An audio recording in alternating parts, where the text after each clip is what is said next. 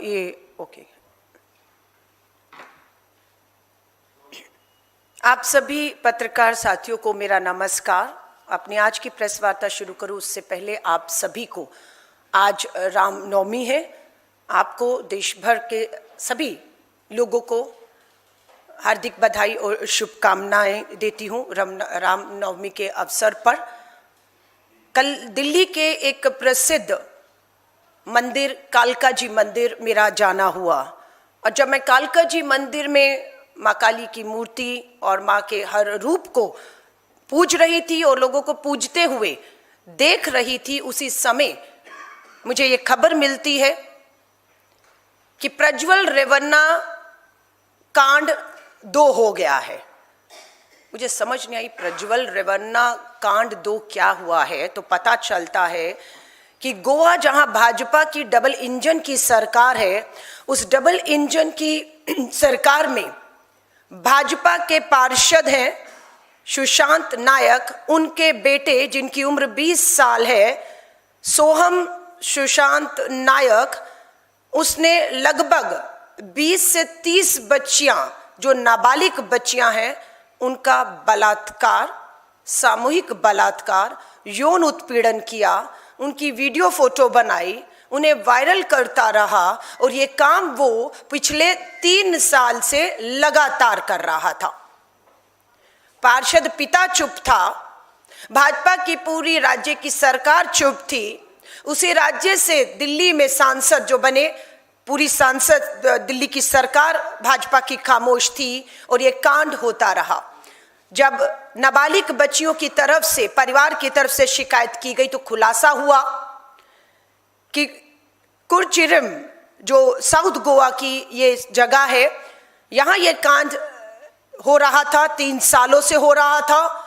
लेकिन ये कहना कि पुलिस को, समाज को, पार्षद को, विधायक को, सरकार को, मुख्यमंत्री को कुछ पता नहीं था। ये 2 बच्चियों के आने से पता लगा कि 2 नहीं 30 बच्ची, नाबालिग बच्चियों के साथ लगातार भाजपा का नेता का ये बेटा ये कांड कर रहा था।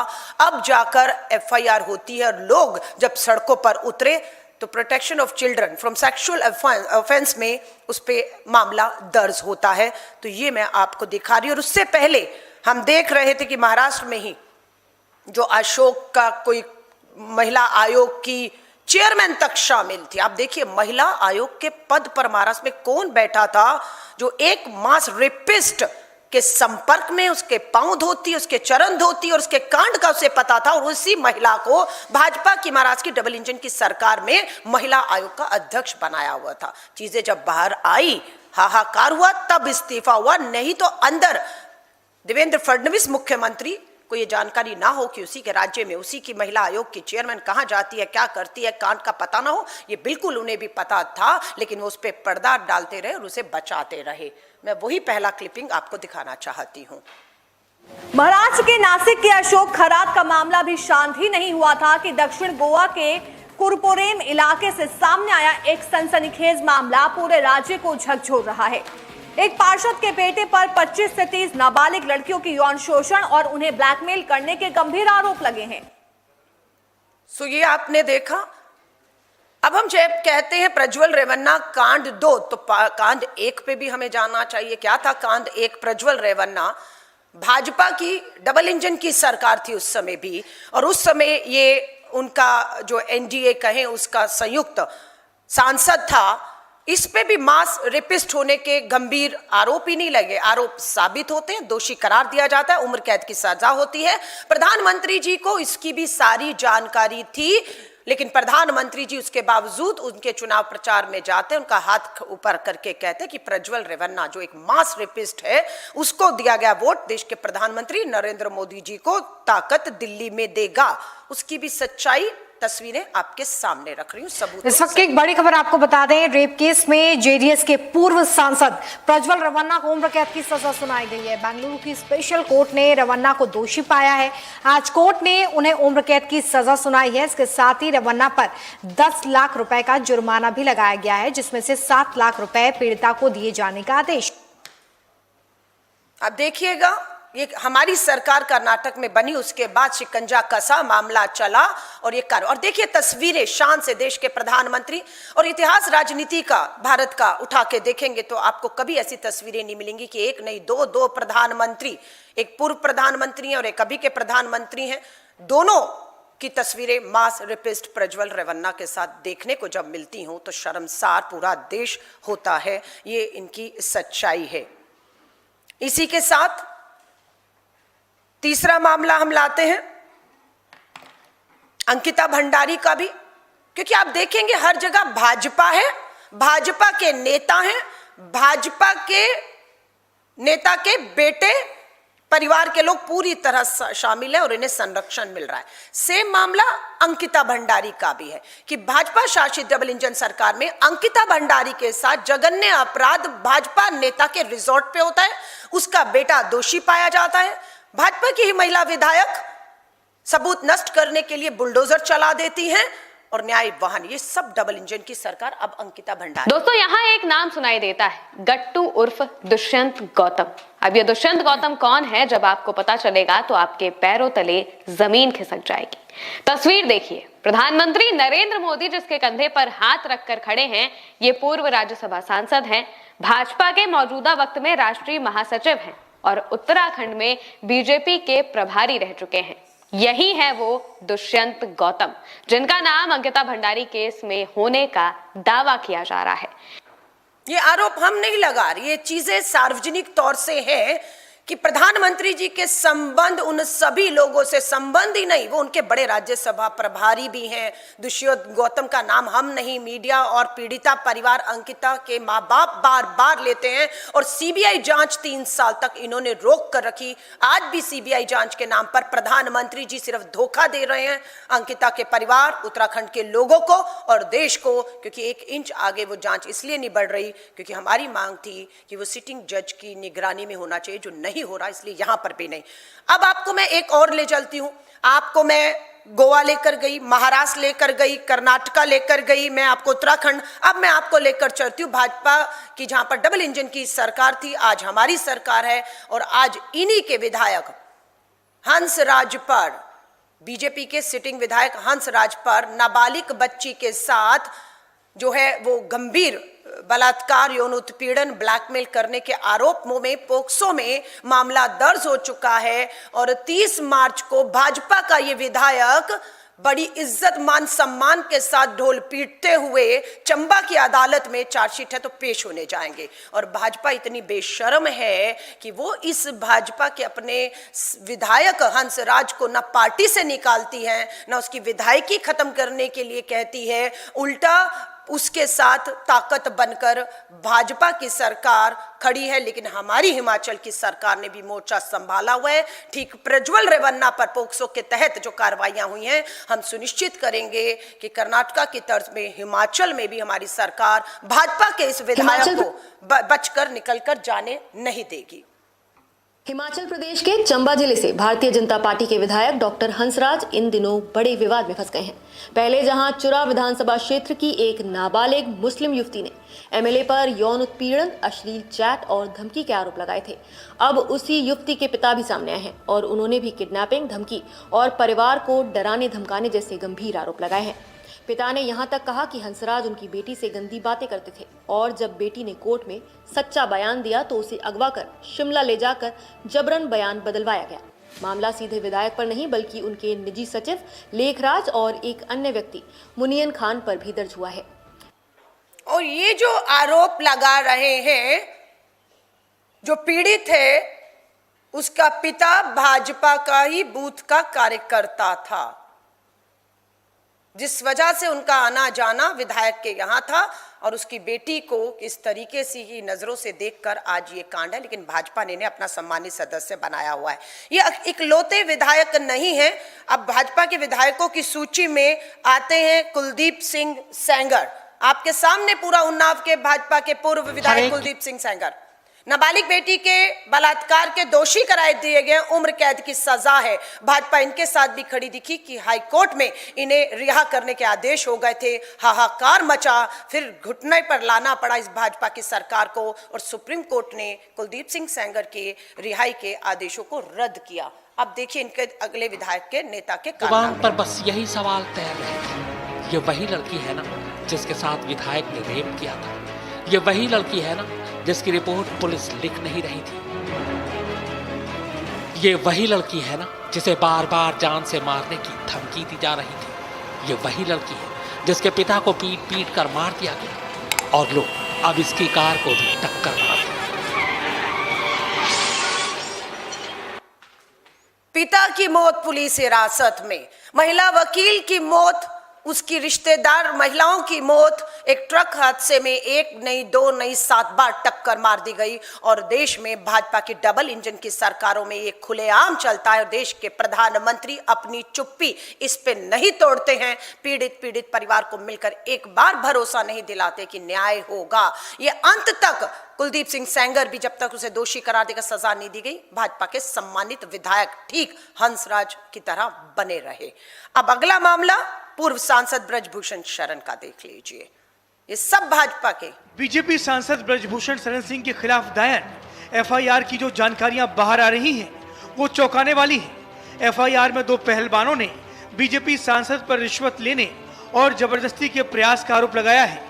पहलवान ने आरोप लगाया है कि ब्रजभूषण ने अब यहां पर भी आप देख लीजिए कि ब्रजभूषण शरण भाजपा का सांसद था। हमारी महिला खिलाड़ियों ने आरोप लगाए। अमित शाह जी ने एडी चोटी का जोर लगाकर दिल्ली पुलिस पर दबाव बनाया कि एफआईआर नहीं होनी चाहिए और एफआईआर नहीं होती है।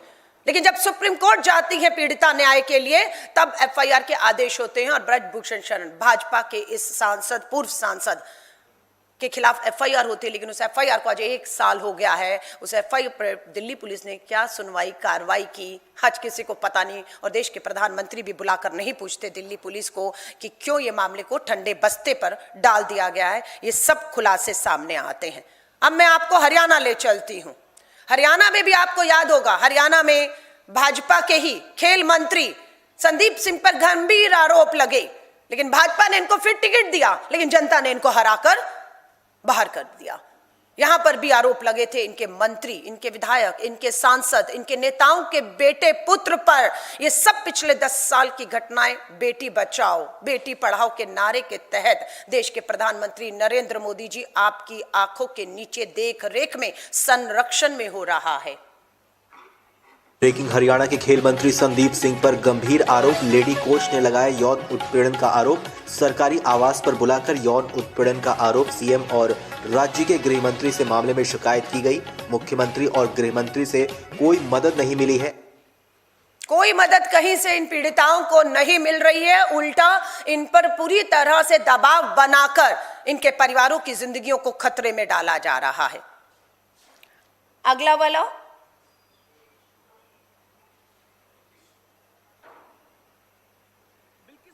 केस में उम्र कैद काटते दोषियों को जेल से मिली माफी वाली रिहाई के बाद धर्म के नाम पर ये बिल्किस बानो वाला मामला, ये भी याद है? गुजरात ले चली हूं अब मैं आपको।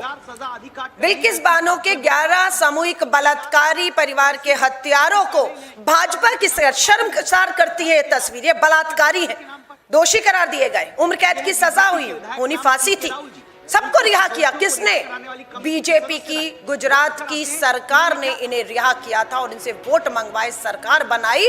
यहां पर भी बेटी बिल्किस बानो सुप्रीम कोर्ट की तरफ देखती है न्याय की उम्मीद से, और न्याय होता है दोबारा इनको जोरदार तमाचा भाजपा की सरकार के मुंह पर भाजपा पे मारते हुए सुप्रीम कोर्ट इन सबको वापस जेल में ठूसती है। और आज ये जेल में किस किस राज्य के किन किन डबल इंजन की सरकारों में कितने उदाहरण दें, और अभी तो और बहुत से खुलासे यहां पर होने बाकी हैं। बिल्किस के बाद सुनिएगा, ये सारी खबरें चली, लेकिन खबरों को दबाकर मारकर खत्म कर दिया गया। जिन चैनलों ने चलाई उन चैनलों पर दबाव बनाए गए, उन एंकरों को हटा दिया गया, उस न्यूज के संपादकों को हटा दिया गया, हर तरीके से न्यूज को मरने दिया गया। और खबरें इनको लगता है मर गई, लेकिन वो पीड़िताएं जिंदा आज भी अदालतों के चक्कर काट रही हैं, न्याय मांग रही हैं। खबर चलाइए, ये क्या खबर थी? India's most influential rape and murder convict, Gurmeet Ram Rahim, chief of the Dera Sacha Sauda, has been granted his 15th vacation from jail. 15 बार पैरोल, इनाम मिलता है इन्हें। बाबा है, चुनाव आ गया है, वोट भाजपा के लिए इकट्ठा करना है, बेटियों की चिंता करने की जरूरत नहीं, उन्हें उनकी किस्मत उनके हाल पर छोड़ दीजिए। क्या हुआ? नाम में बाबा राम है, रहीम है।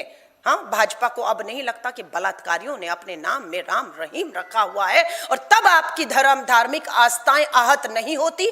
तब आप इन बलात्कारियों को, आपकी भाजपा की सरकारें 15 बार पैरोल। क्या आरोप थे बाबा राम रहीम पर, जो है नाबालिग बच्चियों के बलात्कार के दोषी करार दिए गए ना। अदालतों में मुकदमे चले, सबूत आए, दोषी करार अदालतों ने दिया, उम्र कैद दिया, फांसी होनी थी, और इनको पैरोल पर छोड़ने का फैसला सरकारें कर रही हैं। और प्रचार प्रसार अडंबर। यही नहीं, अगले बाबा को भी देख लीजिएगा। उत्तर प्रदेश के काशी में देर रात उस वक्त हलचल बढ़ गई जब रेप के मामले में दोषी और फिलहाल जमानत पर बाहर आए आसाराम अचानक बाबा विश्वनाथ के दरबार में दर्शन करने पहुंच गए। रात के समय आसाराम अपने अनुयायियों के साथ काशी विश्वनाथ मंदिर पहुंचे। बताया जा रहा है कि वो मंदिर के गेट नंबर 4 के जरिए कार से पहुंचे थे, जहां से आमतौर पर वीआईपी और प्रोटोकॉल वाले श्रद्धालुओं की एंट्री होती है।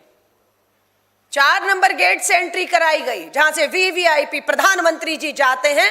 वहां से आसाराम, कौन, अगेन नाबालिग बेटी के बलात्कार का दोषी, उम्र कैद की सजा काट रहे को आप बाइज्जत बाहर लाते हैं, मंदिर में ले जाते हैं, वीवीआईपी दर्शन कराते हैं, आडंबर कराते हैं।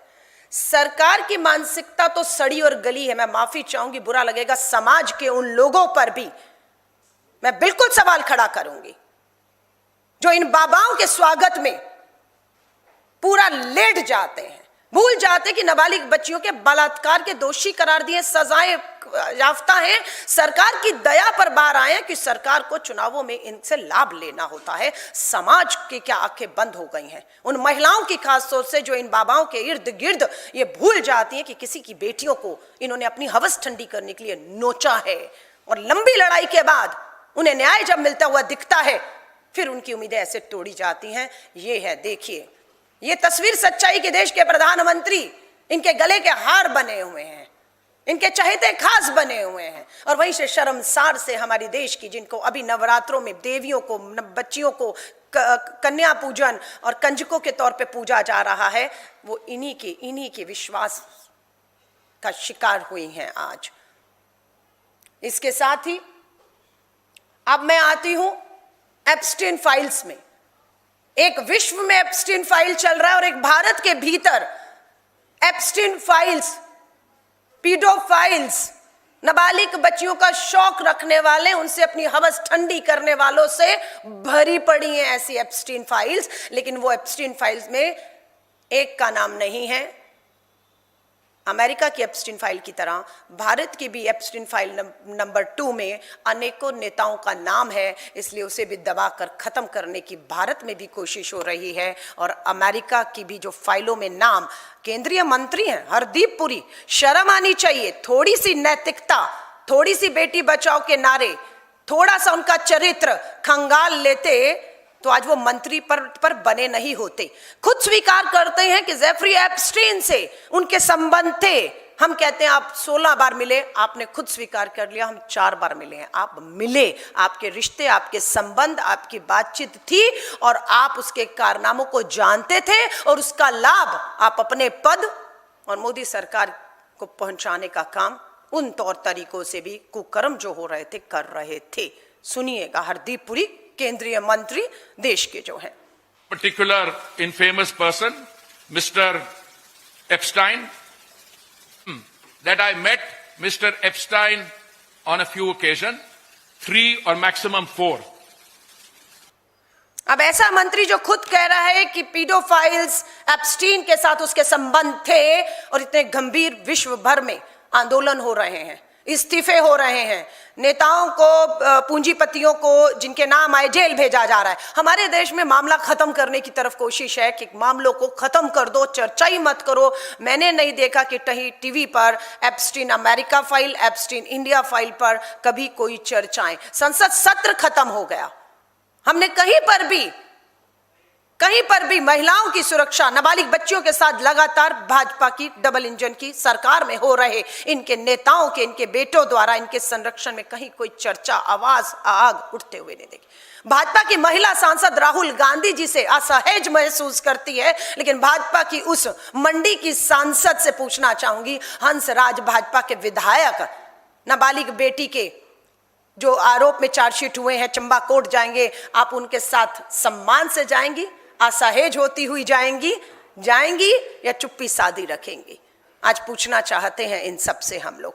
तो एप्स्टीन फाइल्स में हरदीप पुरी जी का नाम आना, प्रधानमंत्री जी का नाम आना, यही एक कारण है कि देश में आज जो हालात बने हैं वो एक एप्स्टीन फाइल की ब्लैकमेलिंग के चलते आज ये जो भी संकट आया है उसके पीछे मैं इसी को मानती हूं कि ये एक सबसे बड़ा कारण है। आज भी कहते हैं अगर हरदीप पुरी जी को तेल और पेट्रोलियम मंत्री पद से हटा दिया जाएगा तो स्वाभाविक तौर से कम प्रधानमंत्री नहीं तो एक मंत्री तो कहेंगे कि अमेरिका के दबाव से निकलकर बाहर आकर फैसले वो कर रहा है इस संकट में जो देश के हित में है, कि रूस से तेल लेना है या नहीं लेना है, वेनेजुएला से लेना है, अमेरिका से लेना है, ईरान से लेना है, कब लेना है, कितने में लेना है। अगर ये सब चीजें गुलामी की प्रवृत्ति, the surrender, the prime minister is compromised, surrender Modi अगर नहीं होता तो आज हालात ये नहीं होते।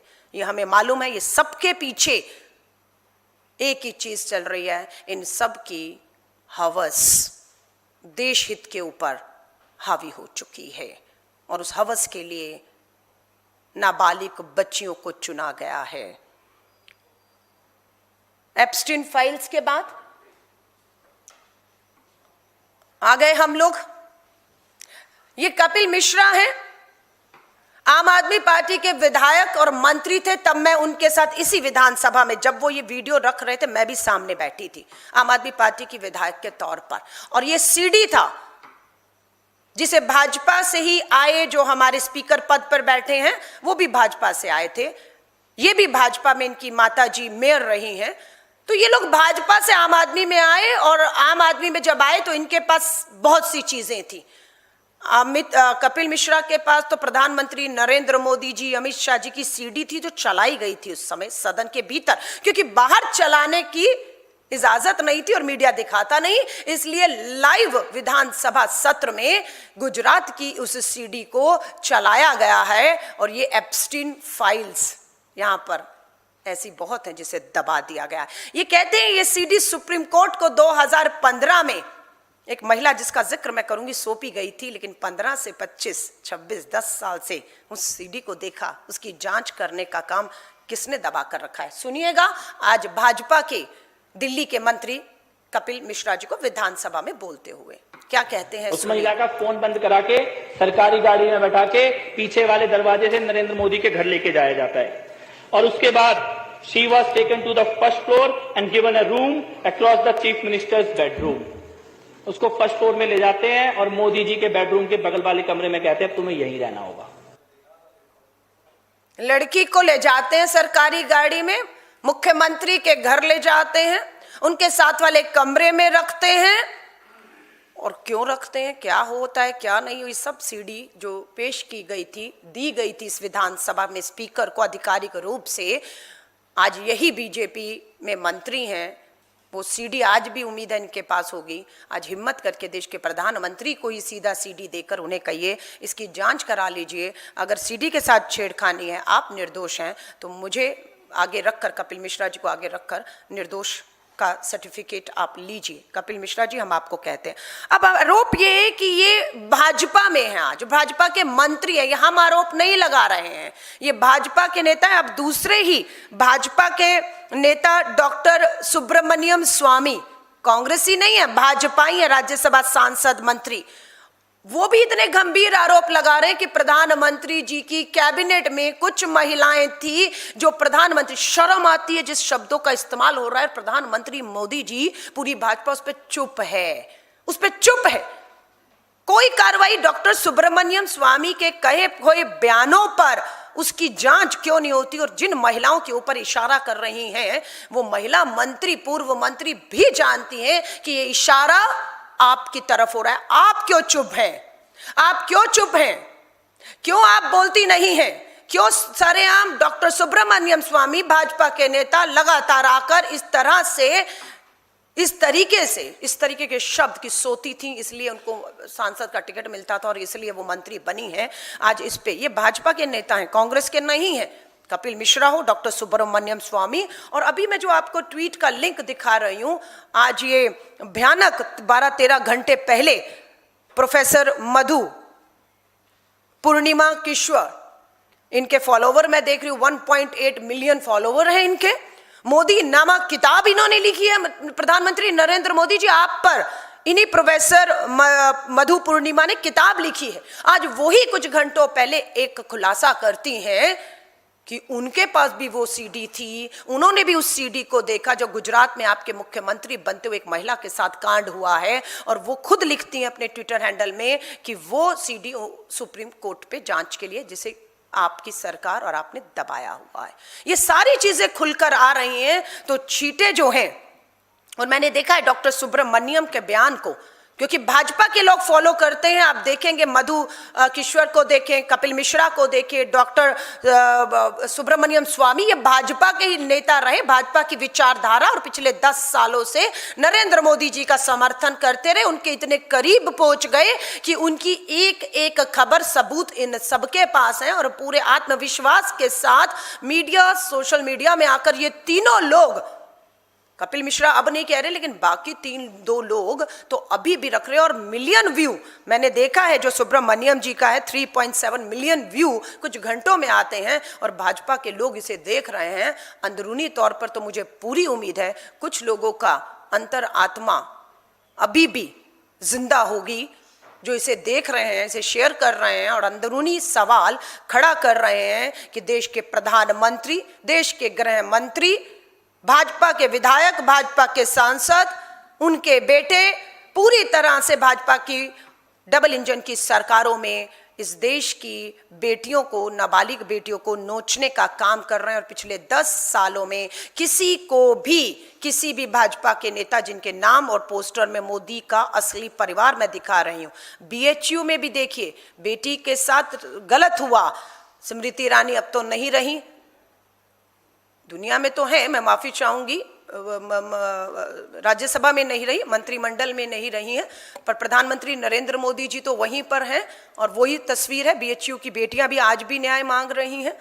और आज मैं देख रही थी कि भाजपा के 44 सिटिंग विधायक और सांसद, मैं 44 का यहाँ पर उनकी जीवनियां नहीं लेकर आ पाई हूँ, 10-12 की लेकर आई हूं, वरना सारा दिन लग जाएगा। 44 विधायक और सिटिंग सांसद ऐसे हैं जिनके ऊपर गंभीर बलात्कार, यौन उत्पीड़न, ब्लैकमेलिंग, वीडियो बनाना, वीडियो शेयर करने के गंभीर आरोप हैं। मामले चल रहे हैं, लेकिन सजाएं नहीं हो रही, और अगर सजा हो जाती है तो पैरोल पर बाहर लाया जा रहा है। इसमें से 7 बीजेपी के सांसद ऐसे हैं जिन्होंने अपनी नॉमिनेशन के टाइम डिक्लेयर किया है कि उन पर गंभीर रेप के मामले 10-12 सालों से चल रहे हैं, जबकि ये पोक्सो के मामले हैं, इनमें फांसी होनी चाहिए, ये फास्ट ट्रैक कोर्ट में चलने चाहिए थे।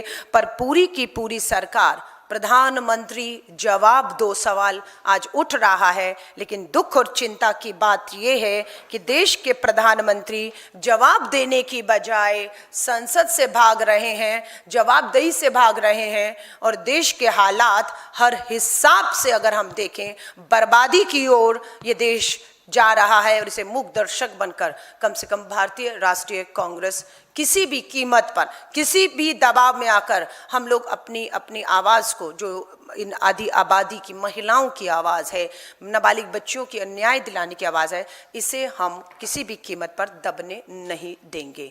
आप सभी पत्रकार साथियों का मैं धन्यवाद करती हूँ। इसी से संबंधित आपके जो सवाल हों उनका मैं स्वागत करती हूँ।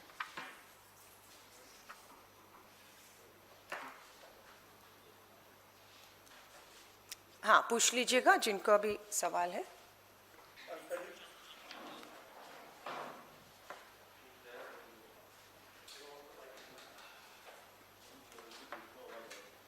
ऐसे ही पूछ लीजिएगा। हाँ,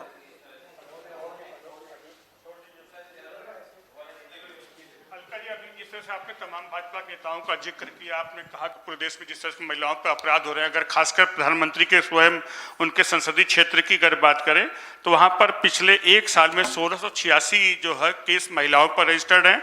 हर 15 दिन में एक दुष्कर्म होता है और पिछले एक साल की बात करें तो सिर्फ 67 मामलों में लोगों को सजा हुई है। ये प्रधानमंत्री खुद के संसदीय क्षेत्र का आंकड़ा है।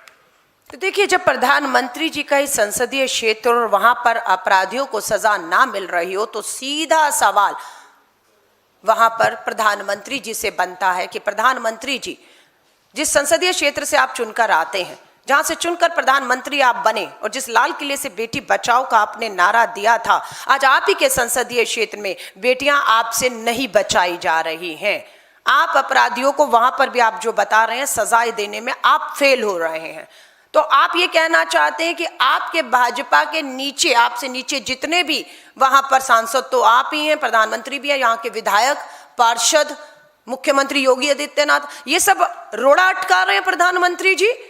किन बेटियों को न्याय आप देना चाहते होंगे और देने नहीं दे रहे, तो साफ करिए कि क्या है कि आपकी अपनी संसदीय क्षेत्र पूरे देश की दूसरी आपकी ही अपनी खुद की राज्य डबल इंजन की सरकारों में मुख्यमंत्रियों के सामने, नेताओं के सामने उदाहरण नहीं बन पा रही। उल्टा आपकी भी विधानसभा पर एक बड़ा धब्बा, कलंक लगता हुआ दिख रहा है। यही चिंता की बात है कि गोवा के, छोटे से राज्य गोवा के एक भाजपा के पार्षद के बेटे के दामन पे दाग से लेकर एप्स्टीन फाइल्स तक में अगर हम आते हैं तो आपके केंद्रीय मंत्री हरदीप पुरी और आप तक वो काला धब्बा, वो दाग पहुंच चुके हैं।